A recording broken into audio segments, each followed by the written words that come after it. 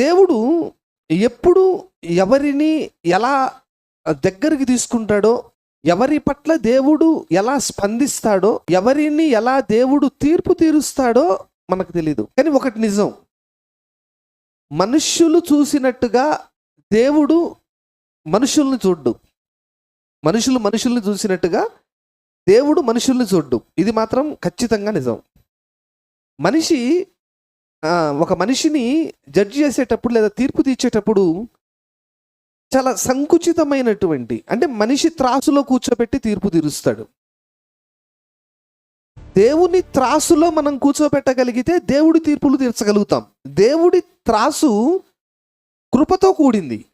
దేవుడి త్రాసులో కృప ఉంటుంది. మనిషి త్రాసులో కృప ఉండదు, కఠినత్వం ఉంటుంది.